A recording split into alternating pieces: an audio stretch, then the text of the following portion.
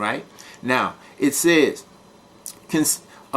behold, so it should say, behold, the young maiden, okay, shall conceive and bear a son, and shall call his name Emmanuel. Butter and honey shall he eat, that he may know to refuse the evil and choose the good. For before the child shall know to refuse the evil and choose the good, the land that you abhor or hate shall be forsaken of both her kings. All right? Now, what is that saying? It's saying that this boy was going to be born during the time of Ahaz. His name was going to be called Emmanuel.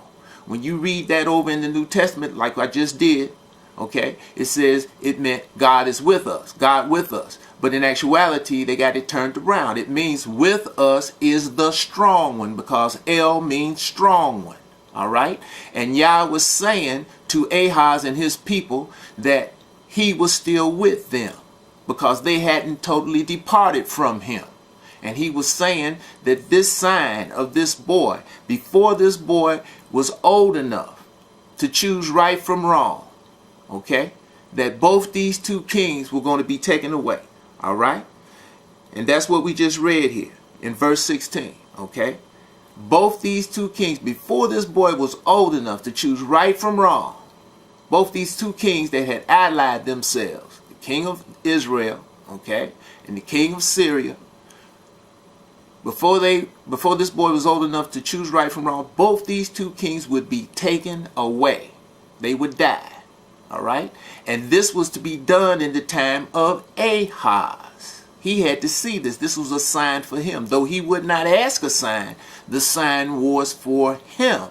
Ahaz died 728 BCE. So that means the birth of this boy Emmanuel, okay, would have had to taken place before Ahaz died.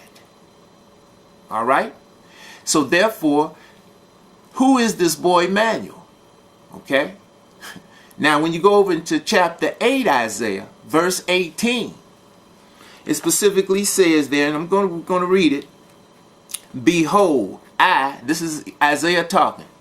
So he's saying talking about himself, and the children whom Yah hath given me are for signs and wonders in Israel from Yah of hosts, which dwells in Mount Zion.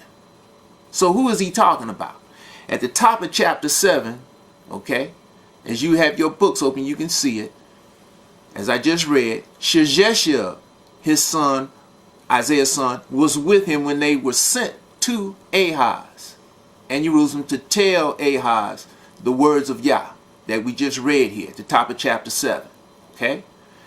All the way down through 16. And it goes further, but we just stopped there at 16. Now, Sheshab, when you look up his name in a Bible dictionary, okay, the definition of his name was a remnant shall return. Remember that. A remnant shall return. Now that was what Sheshab's birth meant. That was what the sign of his birth meant. Remember what we just read here in 8:18. Okay? Isaiah said, I and the children whom the Lord or Yah of hosts has given me are for signs and wonders. Okay? In Zion, in Israel, in Jerusalem. Okay? For the children of Israel, but also for the people of the world who heard about these prophecies. Okay? Back then, and it's for us today. All right?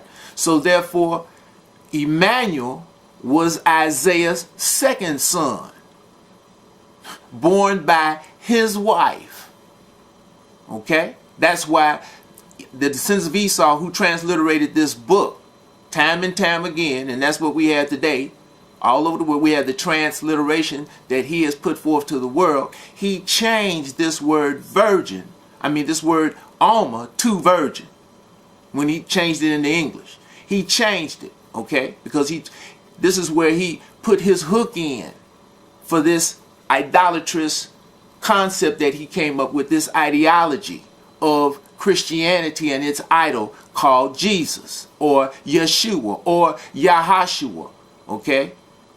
Makes no difference what you want to, you understand, how you want to say this Jesus in Hebrew, you understand, Israelite, it makes no difference. It's still, if you use it in regards to this New Testament, it's still idolatry.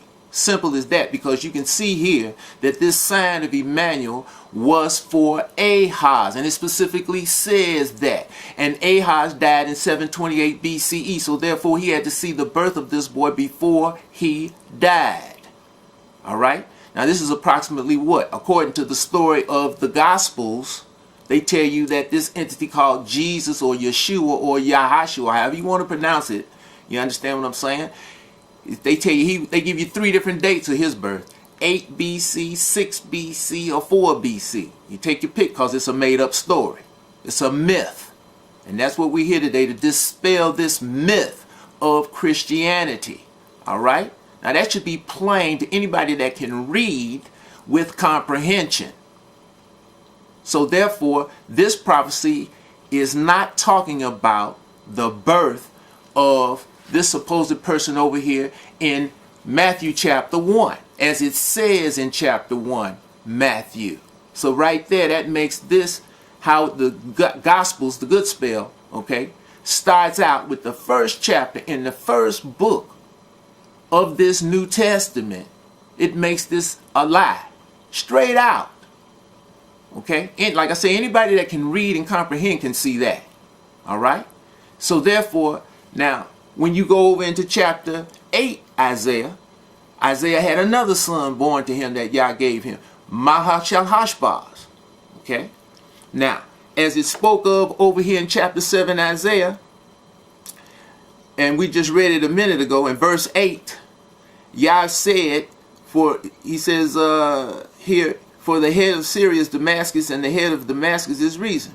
Now he's saying here in the last part of this, verse 8 in chapter 7, and within 65 years, 65 years, shall Ephraim be broken, that it be not a people. Now that's the 10 tribes. Okay? That's the 10 tribes. All right? That it just told you that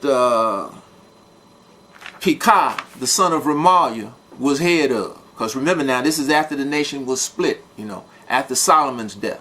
Yah split the nation of Israel into 10 tribes. It's split to this day. Okay, those 10 tribes are the so-called Palestinians. All right?